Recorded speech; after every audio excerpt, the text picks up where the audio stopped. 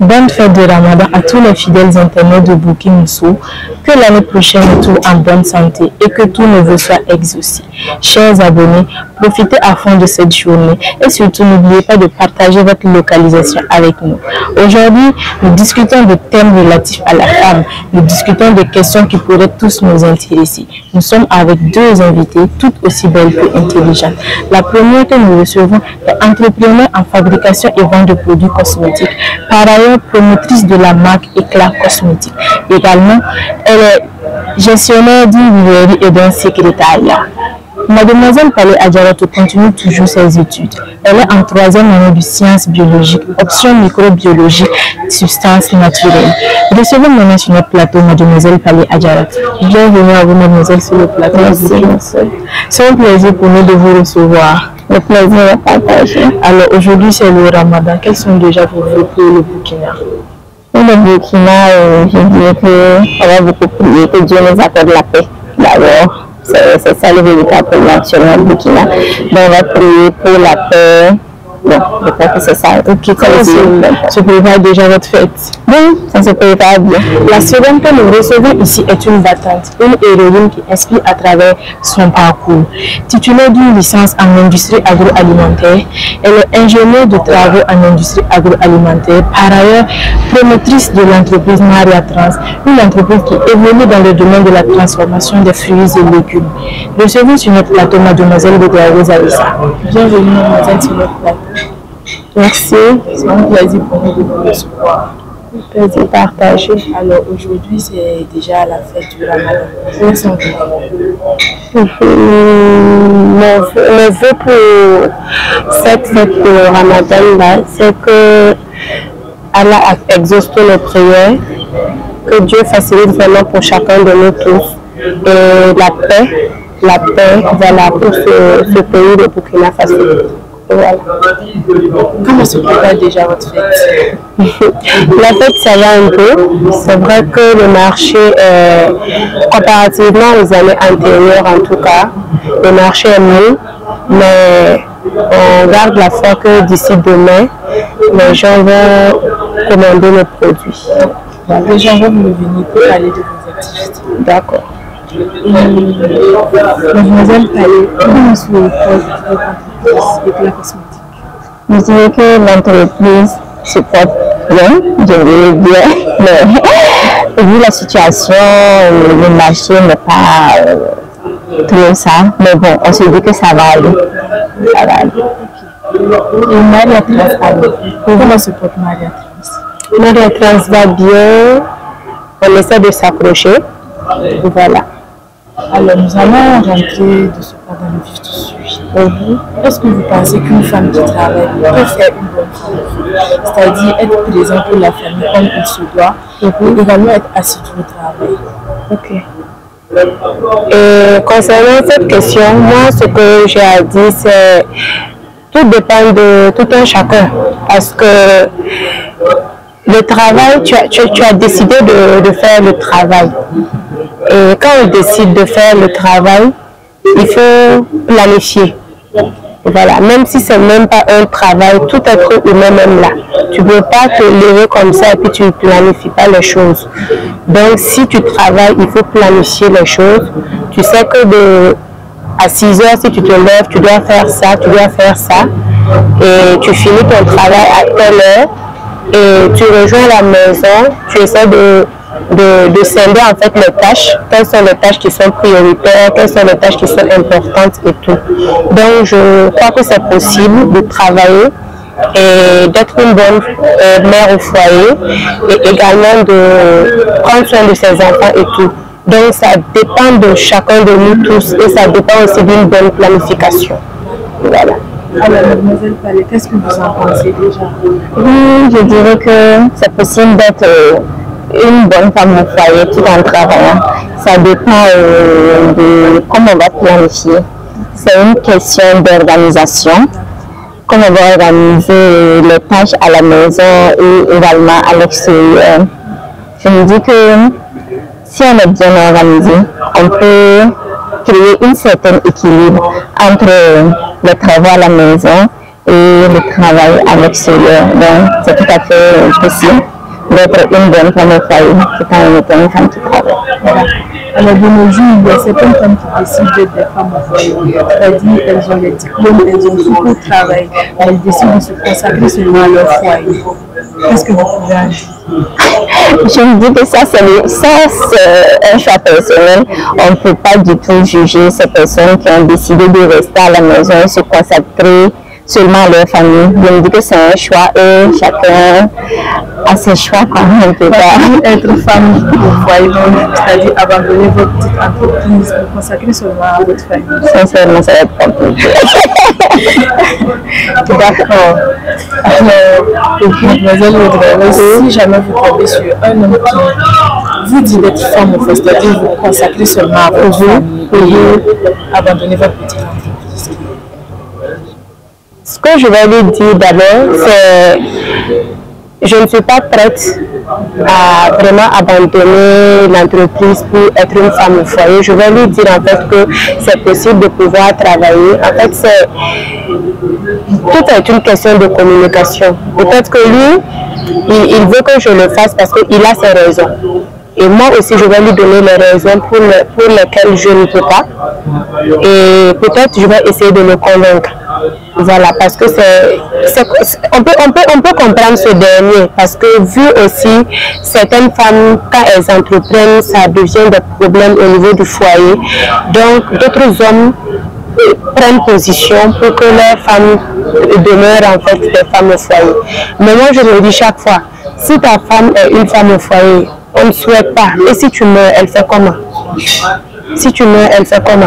Parce que d'abord, d'ores et déjà, quand une femme travaille, même si tu ne veux pas qu'elle participe aux charges de la maison, ce qui est sûr, en tout cas, elle vient compenser des choses que tu n'arriveras pas à faire un jour. Donc, je pense que tout est une question de communication et tout. Et je me dis que celles qui décident aussi d'être femme au foyer, c'est un choix. On ne peut pas les juger. On ne peut que respecter le choix de chacun. Voilà. Alors, nous voyons des femmes qui essaient de se démarquer du grand. Quelles sont les initiatives que l'État peut encourager et soutenir le leadership féminin?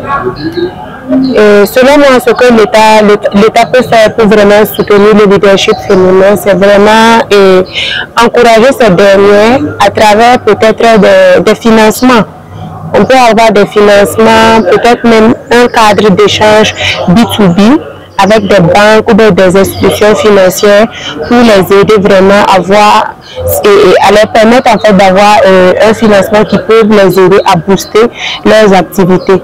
Il y a également aussi, on peut essayer de même voir celles qui veulent vraiment entreprendre et celles qui sont les dévancières, créer un cadre en fait de communication entre ces dernières-là qui vont leur expliquer en fait comment elles ont fait pour arriver à là. Ça peut être une source de motivation pour ces dernières de ne pas abandonner. Parce que parfois on a envie d'abandonner, mais comme on a des modèles qu'on suit, on dit on veut devenir comme cette dernière, c'est une source de motivation pour ne pas abandonner. Donc je me dis que l'État en tout cas peut vraiment encourager le leadership féminin en créant ce cadre d'échange-là. Voilà. Vous avez déjà eu à bénéficier du financement de l'État? Un financement de l'État, oui, un financement de l'État, oui, à travers la structure AFE-PME. Je pense que c'est en 2021. Voilà. Alors, comment ça s'est passé avec cela? Cet accompagnement est dû en fait, c'était dans le cadre en fait d'une compétition dénommée Pépite d'entreprise et tout, et voilà, j'ai été finaliste et après j'ai reçu un accompagnement de cette agence là à travers un prêt d'honneur. Voilà. Alors, mademoiselle Palais, sur la même question, comment pensez-vous que l'État puisse soutenir le leadership féminin? Donc, je dirais que l'État peut encourager le leadership féminin d'abord avec des subventions et des accompagnements financiers. Également, au niveau fiscal également, l'État peut aider les femmes là également. comme le travail dit, en créant des cadres d'échange entre les dévanciers et ceux qui veulent se lancer dans l'entrepreneuriat. L'État peut créer également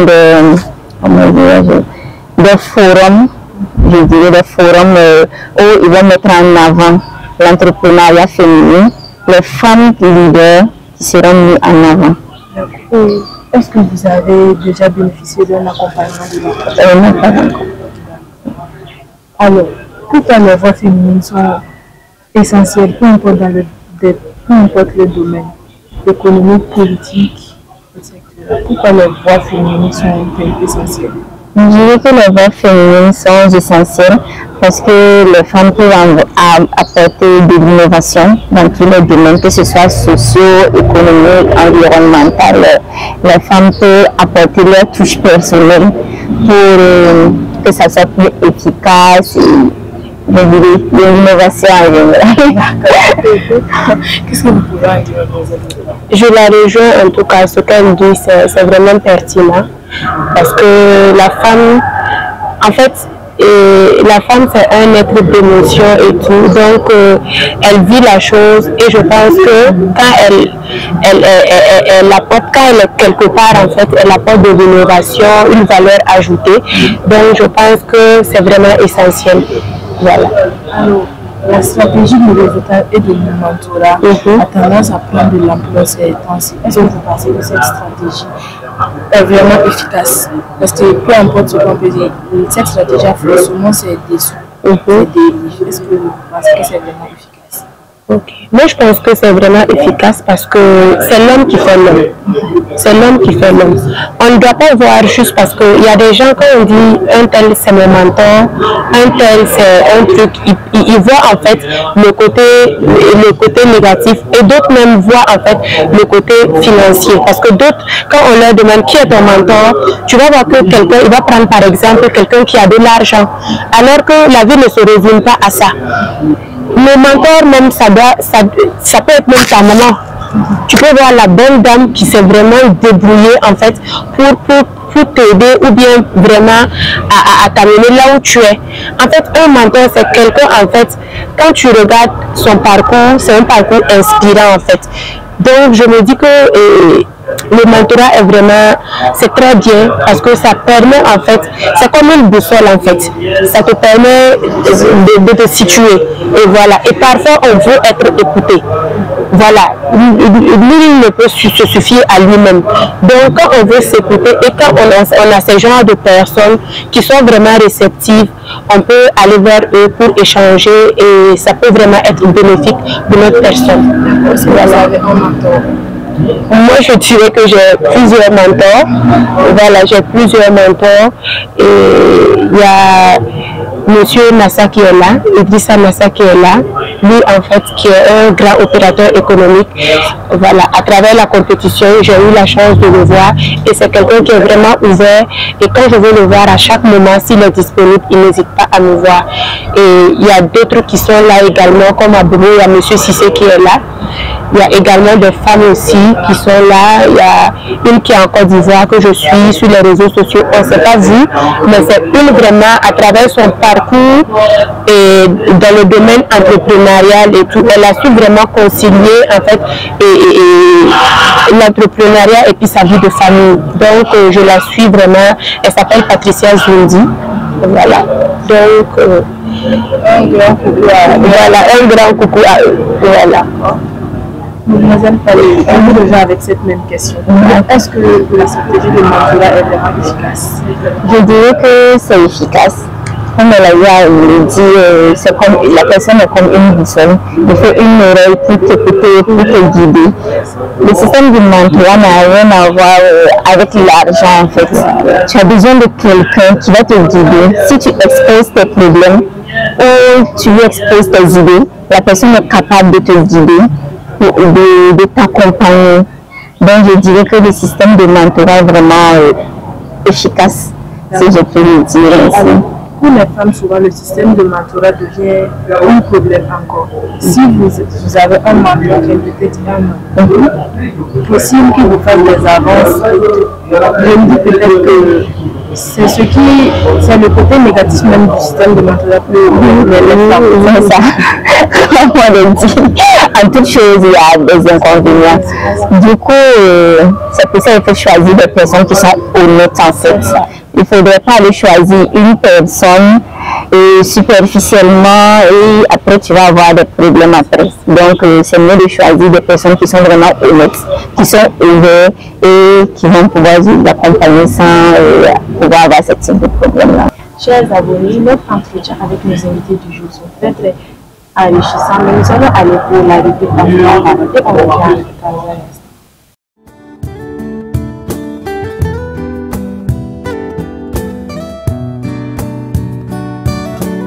Comme le disait Simone de Beauvoir, je cite, « On ne naît pas femme, on le devient ». Pour tout simplement dire que la femme est définie selon les critères de la société, car c'est la société qui nous enseigne les valeurs et les qualités requises pour être femme. Sur ce, mes chers internautes, bienvenue à ce nouveau numéro. Bonsoir, ma chérie. Oui, bonsoir. Comment allez-vous? Ça va, je vais. C'est mademoiselle ou bien madame? Mademoiselle Traoré. Enchantée, mademoiselle Traoré. Bienvenue sur la rubrique À vous la parole. Aujourd'hui, nous parlons de la femme, du statut de la femme. Nous aimerions vous poser quelques questions à cet effet. Ok, je suis prête à répondre à vos questions. D'accord, merci bien d'avance. Voilà. Comme vous l'avez si bien dit, vous êtes célibataire, n'est-ce pas? Oui.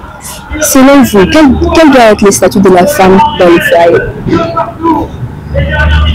Bon, selon moi, la femme d'abord, selon les coutumes africaines, la femme, elle doit être soumise, elle doit être, disons, l'épaule de la famille, prête à tout, peu importe, que ce soit du bon ou du mauvais, c'est pas bon. C'est tout. Bon, tout ce que je peux dire. Très bien.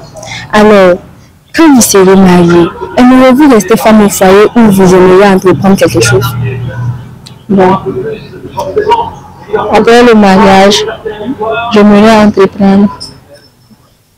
D'accord. Et pourquoi? Pour donner des fois, pour épauler des fois le mari, les enfants également, pour que des fois, quand les enfants ont besoin de quelque chose, ne pas dire non, attendre le papa, pouvoir satisfaire les besoins des enfants avant l'arrivée de leur papa, également pour satisfaire la famille. On va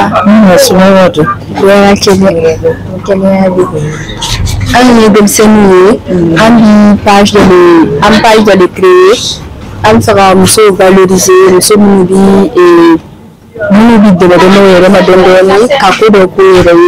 pour subvenir à leurs besoins.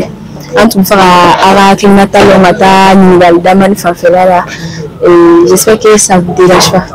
Non, ça me dérange pas, ça va. D'accord. On va essayer de répondre. Ok. On fait nous placer du malé Guasso comme. Bon. Nous sommes placer Guasso comme à Kacha. Bon, tu n'as pas qu'à citer. Mais nous faisons nous sommes dans le pays.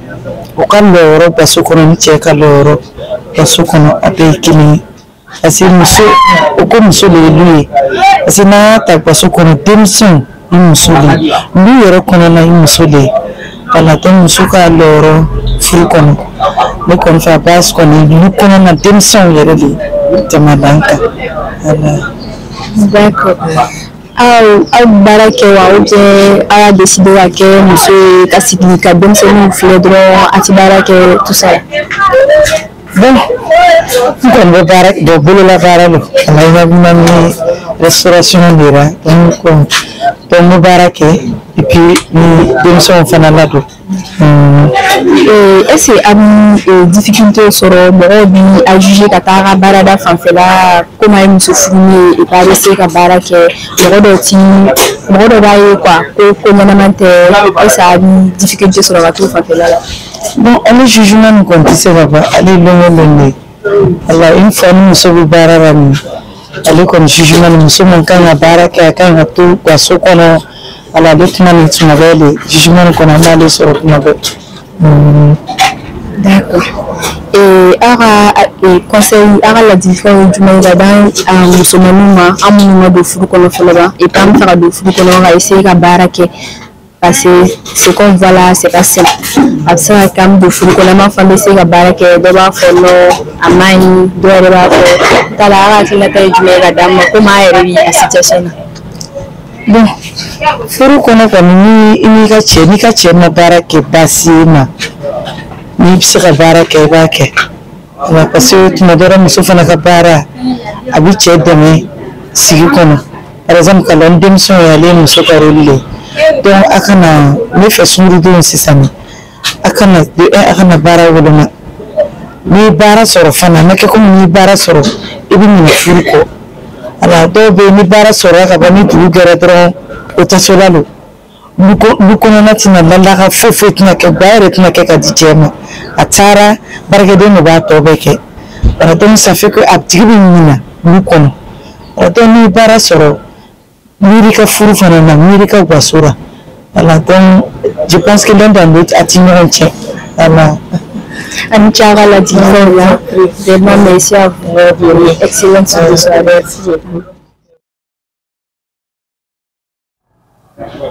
Nous sommes de retour sur le plateau de Booking avec nos deux invités. Nous allons continuer la discussion tout en espérant que vous restez connectés juste avant. Nous voulons parler. Il y a une question qui fait le tour de la conséquence, c'est la soumission de la famille au foyer. Qu'est-ce que vous pouvez dire? Ce que je peux dire sur ce sujet, c'est que la femme doit être soumise, quel qu'en soit ton niveau. Tu dois être soumise à la maison, comme on le dit, que ce soit social ou au niveau de la religion, la femme doit être soumise à son mari.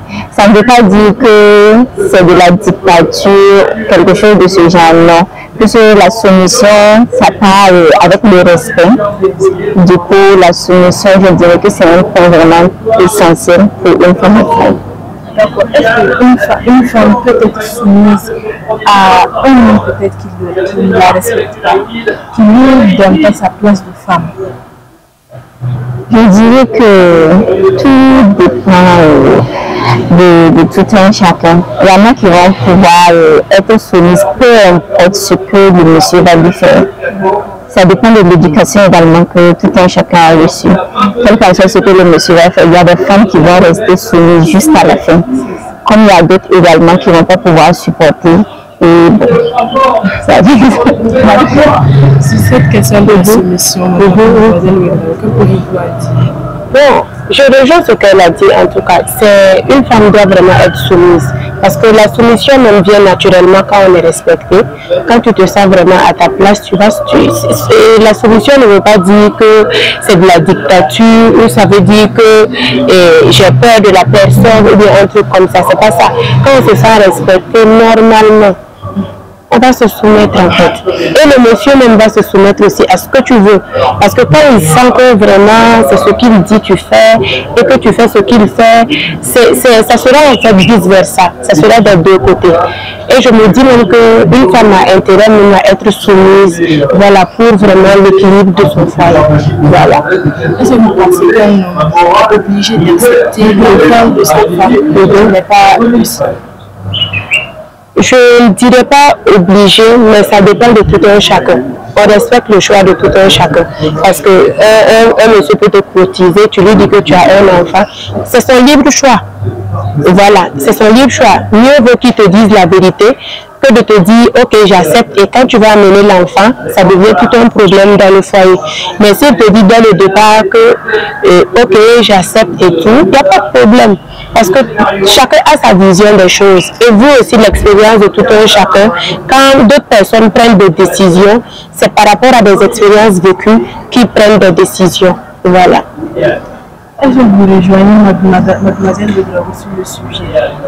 Oui, je dirais que je la rejoins sur le sujet. Comme elle a dit, ça dépend de l'expérience de tout un chacun. On ne peut pas juger son choix. Peut-être que la personne a vu des cas, ce qui l'a poussé maintenant à prendre cette décision. Du coup, dans le début, si la personne te dit, bon, j'accepte ton enfant ou non, vous allez savoir comment marcher dans cette relation. Nous tirons déjà vers la fin de notre entretien avec vous. Mais nous allons passer à notre jeu de la boîte magique. Ce jeu consiste en fait à tirer un bout de papier dans la boîte et c'est un défi qu'on vous lance. Ok. On va commencer déjà par vous.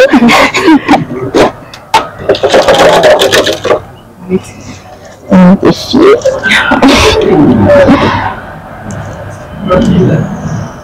Faites une déclaration d'amour à votre imaginaire. Une déclaration d'amour. Waouh, c'est chaud quand même. Bon, une déclaration d'amour, je réfléchis un peu. Bon. Je suis d'amour imaginaire. Ok, donc, bon, cette déclaration-là, je t'aime. Je t'aime, bon, tu es l'homme idéal que je recherche. C'est compliqué. Donc, la déclaration. Je suis comme moi, je ne vais pas tirer sur ça. C'est mon émotion. Ah, quelle est votre phobie? Ah, mon phobie, c'est la galère. C'est ça. Je déteste être en galère, voilà. Donc, ça veut que je veux chaque fois chercher l'argent, voilà. Donc, c'est ça. Ma phobie, c'est ça. Nous sommes déjà à la fin de notre entretien avec vous. Quels sont vos derniers mots à l'endroit de nos abonnés? Ce que je peux dire aux abonnés, c'est de suivre en fait la page Booking Mousso, qui est vraiment très bien. Ça permet en fait à nous les entrepreneurs également d'échanger, de se faire connaître et tout. Voilà. Et à l'endroit aussi des jeunes soeurs qui veulent entreprendre, de ne pas hésiter à entreprendre, de commencer. Et ça va aller. Voilà. Mon mot de fin, je dirais que j'encourage toujours les abonnés à suivre davantage la page, à partager pour atteindre le maximum de personnes.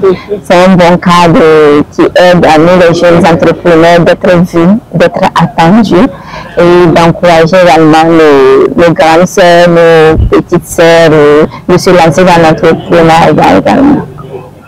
Nous sommes déjà à la fin de ce numéro spécial. Un grand merci à l'endroit de l'équipe technique, au Centre culturel Sénifo et également à vous, chers abonnés. Femme, ta soumission à ton mari doit être une règle dictée par l'amour et non la peur de se faire couper les vivres. C'est avec ces mots que je vous quitte. Bye bye et à bientôt.